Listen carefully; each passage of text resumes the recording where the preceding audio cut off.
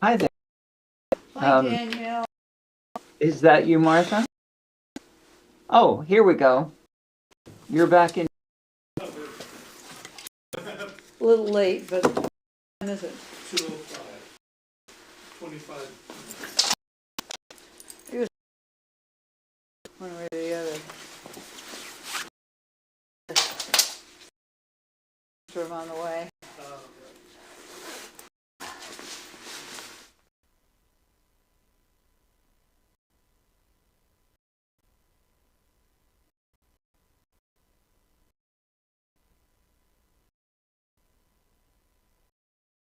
Are you pleased to step in, being aware?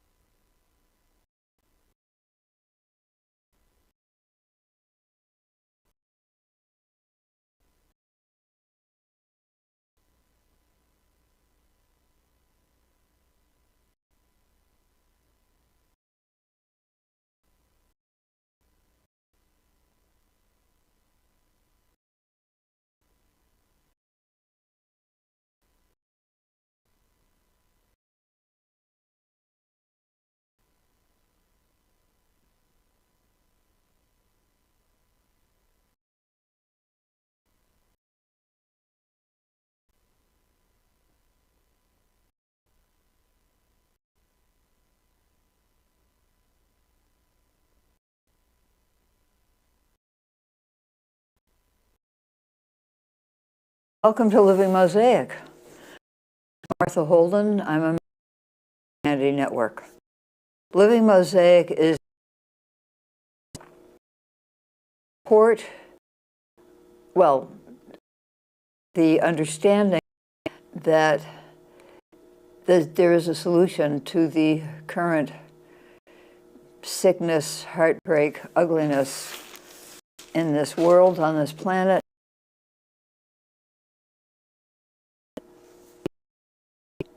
And we our own unique role within this living, dancing mosaic, ever evolving mosaic. So our hope is to support each other in letting go of everything that gets in the way of our moved. This is not generally action except for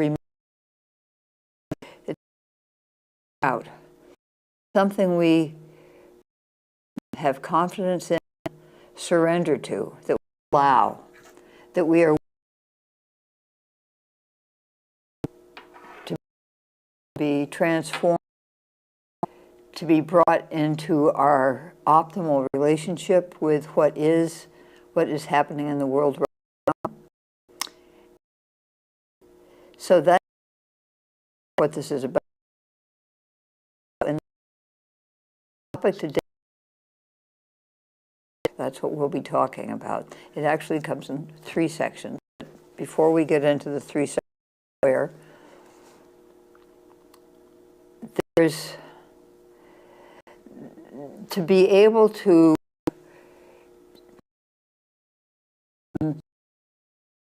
actively respond to this, to participate in this living solution mosaic. We of the Spark of Humanity,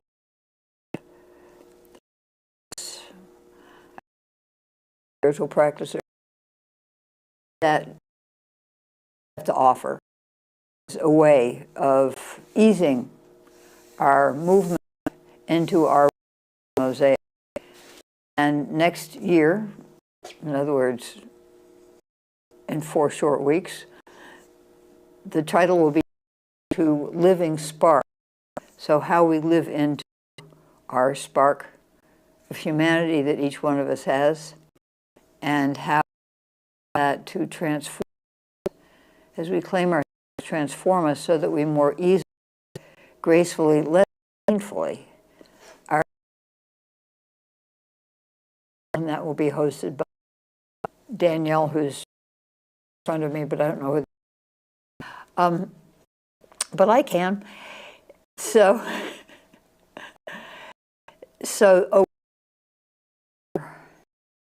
there are different facets of that.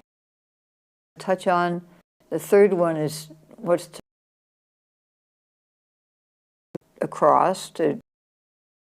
The second one is probably the most important for all of us. And the first, oh yeah, ho hum, that.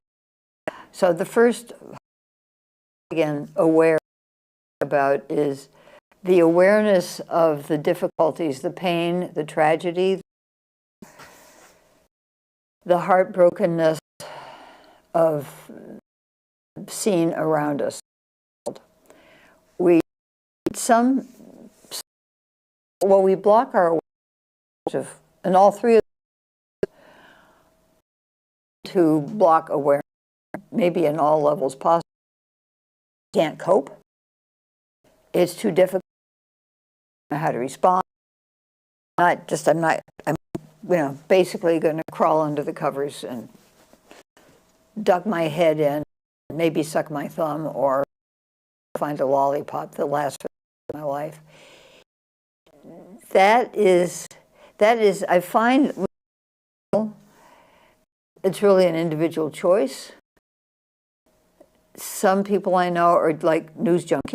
They feel it's very important for them to know what's going on everywhere.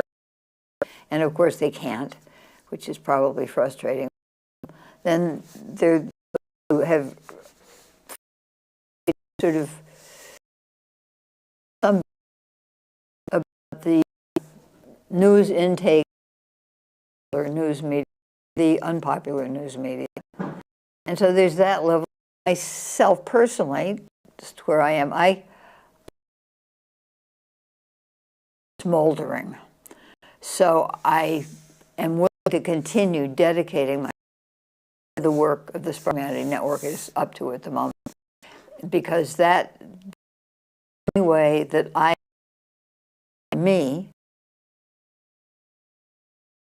way is the best way that I know of responding to pain, the belly sickness, of the awareness of sort of the earth level situation. Number one, awareness. Number two, in order of priority, in order I'm talking about them. Number two is to be aware of ourselves, our own thought processes, our feelings, and to develop a relationship with, to become open to them, and no shame, no blame, and begin to experiment with and claim our capacity to share our thinking. Many of us find a short prayer or an affirmation, just something, an example, because it's the easiest one to use. Now, when going on inside me, I like to be thinking about pleasant things. So generally, in my has been to I love. One of my ongoing questions is, what's for the next meal? What am I having for supper? If meals that day, but that, you know, I've got this with that. I could do da. And that is just blocking me off. I'm not saying it's bad, because at times we all need space from the world. Keeping me from, like, affirming. Every time I find myself thinking, which with lots of mustard and a nice ripe tomato slice, if you prefer, I could say, I'm a unique and essential part of the solution. I could just remind myself that. Or I could claim my spark, which we can only do in reference to somebody else's spark. I could connect my spark and just, you know, somebody I care about, somebody I don't care about, anybody.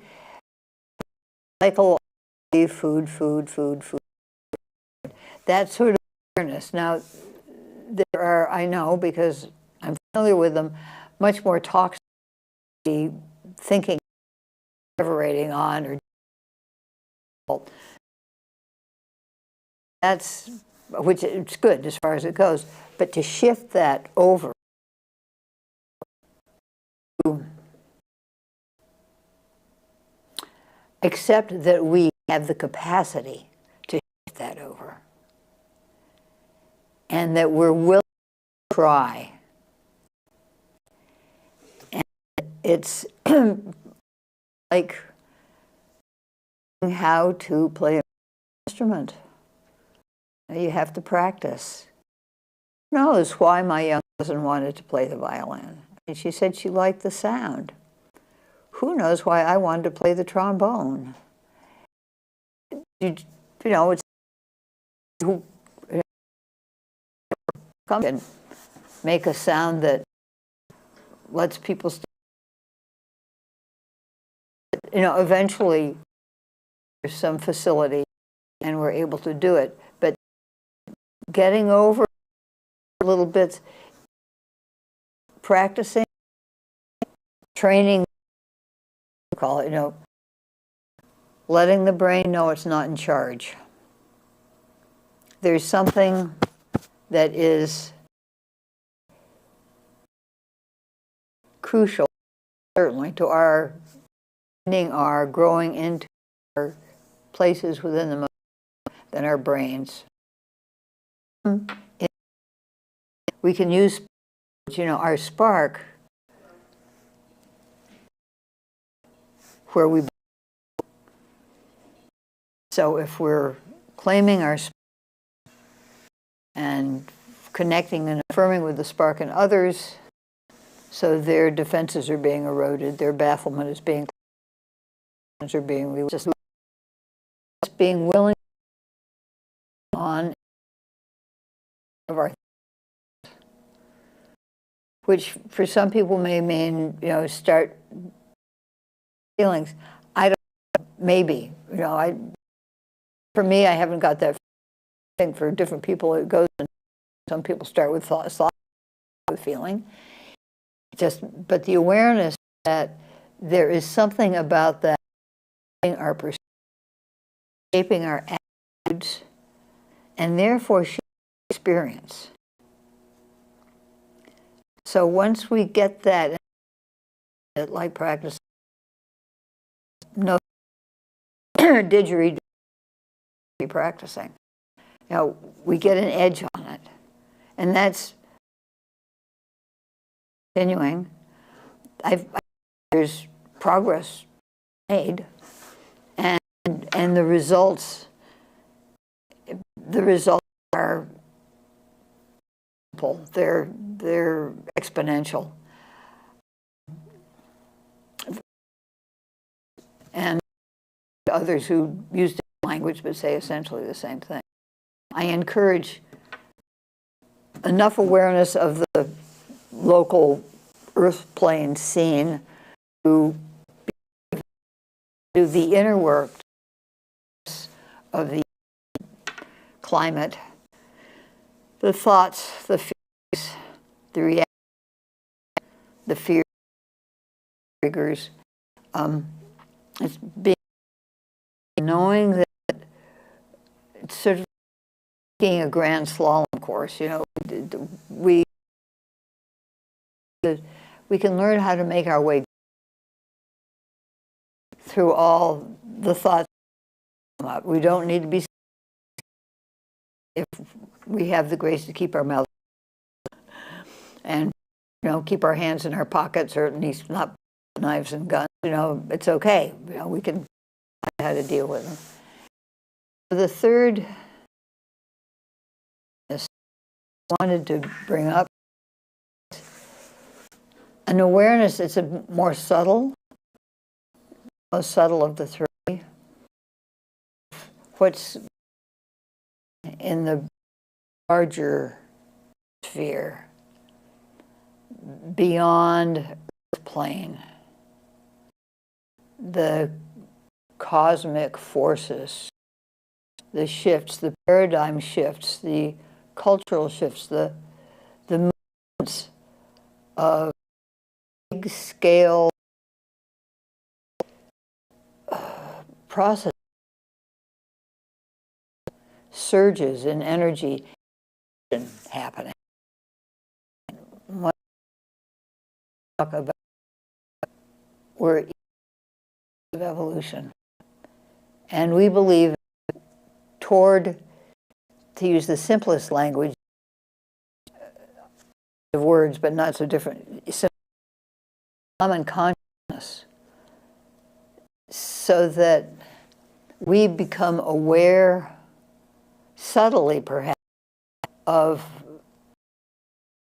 the consciousness that are not human, and become aware of our in cosmic community. We're participating in a light that faceted way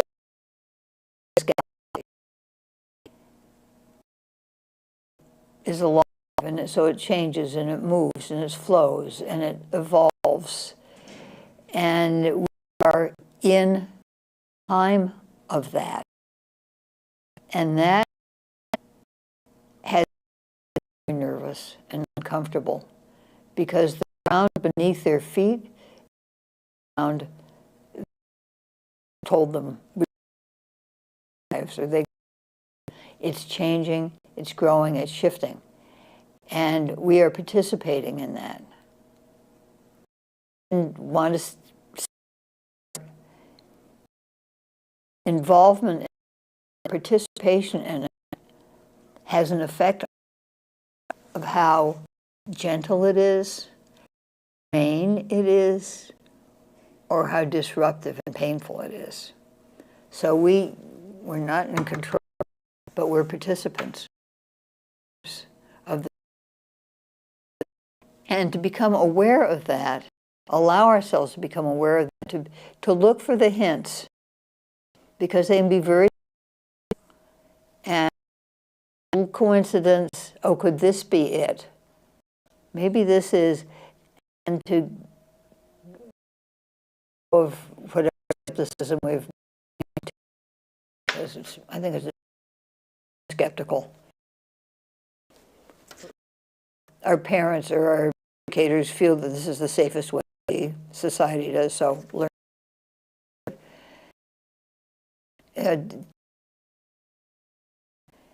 And begin to just see, you know, it's a couple weeks before we all get together, and begin to open the eyes behind your eyes.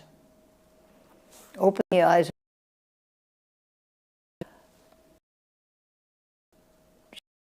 Yourself. Of course, I'm not of course not, but allow yourselves, consider being willing to allow yourselves to become aware of what's going on. Maybe there isn't. You know, you get to discern this and see this. Being willing, open-minded, and hearted. Just being willing to see, begin to sort of dust balls, you know, little furry things getting together and beginning to say, oh, it could. Personally, found is that the more allow this awareness, the more courageous or foolhardy I am in mentioning it, the more the consequences happen, the more, to use one term, grace there is in my life. And it's subtle, and I can't change it. And I can't make it happen. I'm not in charge. It's such a treat. You're so in charge than me. Oh, such a relief. And it definitely, it feels friendly, definitely interesting. And one of my old friends said, it's the only game in town. So, you know, do we want to?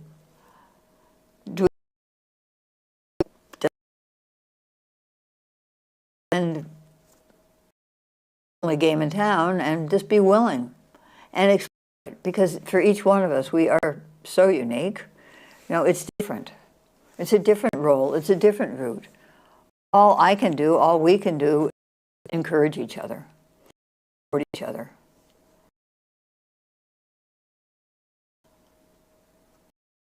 Ourselves to become of this force, this urge, more aware of it so that we can speak and act and live with greater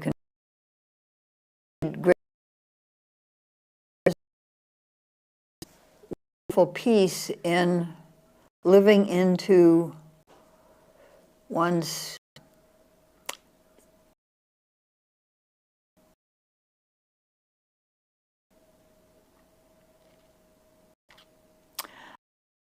for a while, because I was raised in situations where I felt I needed to justify myself.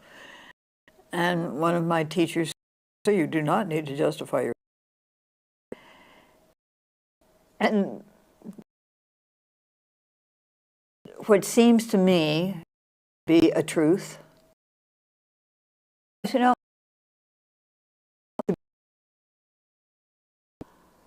my job isn't to be correct. My job isn't all right. It's to be faithful. My job is to be open, to experience, guided to experience plate, trusting that it's here to form me so that I can better fit into my loving mosaic. Totally off my gop. But if I am honestly and with integrity off my gop, you know, who's it? You're entirely wrong. You're off your gop, lady, which is just what needs to happen, perhaps. You know, I don't know. That's not my job. I do my little bit. My little infinitesimal of being totally true. Same job you have. Nothing else. It's all the same. So I'm going to be quiet and allow things to sink. To respond. And then I'll wrap up with the usual gratitudes and wish you good